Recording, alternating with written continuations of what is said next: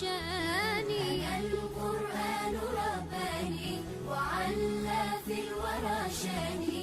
أنا القرآن أدبني. أنا القرآن نقاني. Donc Allah Ta'ala dit وَبَثَّ فِيهِمَا رِجَالًا وَذَرَأَكُمْ. Regardez Allah Subhanahu wa Ta'ala, il donne l'image ذَرَأَكُمْ فِي الْأَرْضِ, c'est au sens c'est comme une petite graine que vous voulez pousser et puis ça pousse partout. Bah, la même chose, l'humanité, ça pousse partout. Donc ce qui fait qu'il y avait certains êtres humains, donc ils vont, certains vont habiter des montagnes, les autres ils vont habiter les mers, à côté des mers, d'autres ils vont habiter le désert, d'autres ils vont fréquenter d'autres lieux. Donc, ce qui fait, c'est à ce moment-là, on va passer de la nature à la culture. Donc, il y a des petits groupements, des individus qui vont se constituer. Il y a une forme de code de communication, des codes culturels, des rites, etc. Vous pouvez revenir à l'anthropologie qui étudie ces phénomènes. Donc, ça va nous donner naissance naturellement à des regroupements humains qui va donner naissance à des nations par la suite, des peuples.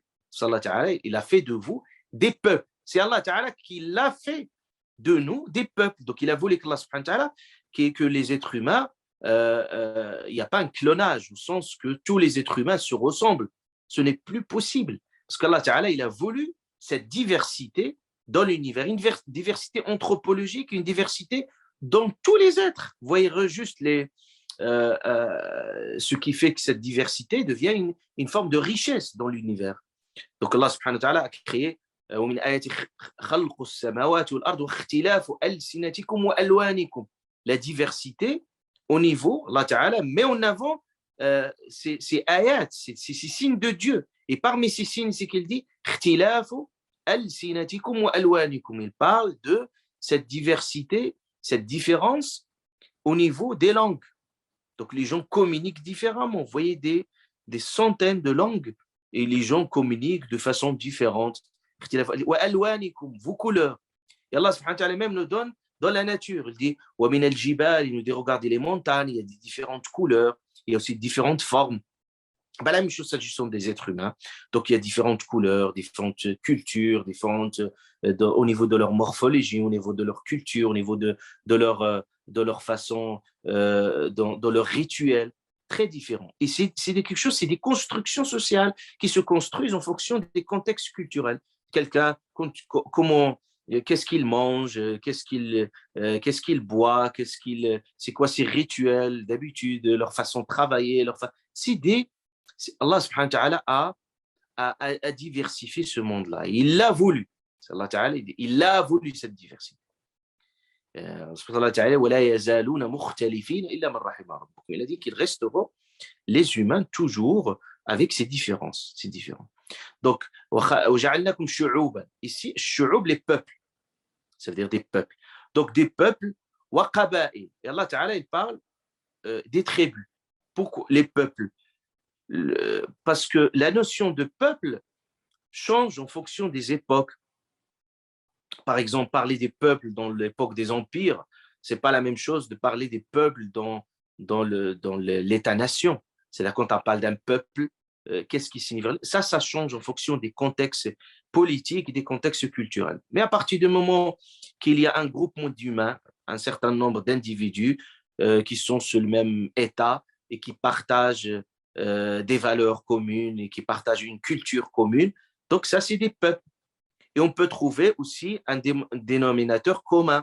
Par exemple, vous trouvez des Européens, vous trouvez des peuples même au sein de l'Europe, le peuple européen, mais vous trouvez qu'il y a différentes déclinaisons culturelles. Les Allemands, c'est pas les Français, c'est pas c'est pas les Anglais, c'est pas les pays anglo-saxons, ils ont une autre culture. Également dans les pays scandinaves, il y a aussi une autre culture.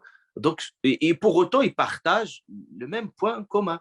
Pour le monde musulman, c'est pas le même, il est diversifié. Le Pakistan, c'est pas la Turquie, c'est pas l'Inde, c'est pas l'Arabie Saoudite, c'est pas le Maghreb, c'est pas donc l'Indonésie, c'est pas. Donc, vous trouvez qu'il y a même au sein de la même culture, soit de l'islam, vous trouvez des différentes déclinaisons culturelles. Donc, vous voyez que cette diversité, il évolue.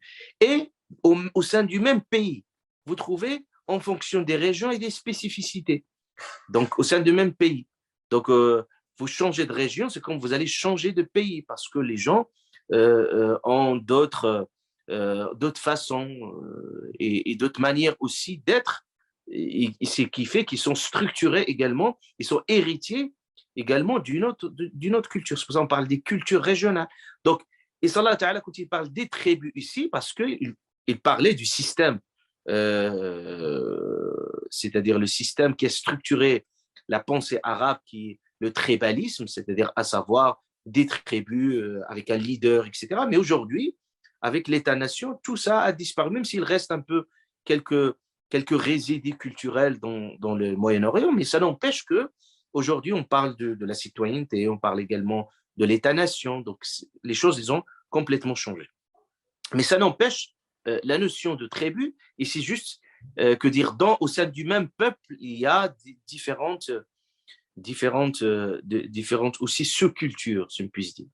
Donc, Allah subhanahu wa ta'ala dit وَجَعَلْنَكُمْ شُعُوبًا وَقَبَائِلَ. Donc, Allah ta'ala, il a voulu cela. Donc, le fait qu'il y a des nationalités, qu'il y a différentes nationalités, différentes cultures, c'est une richesse en soi.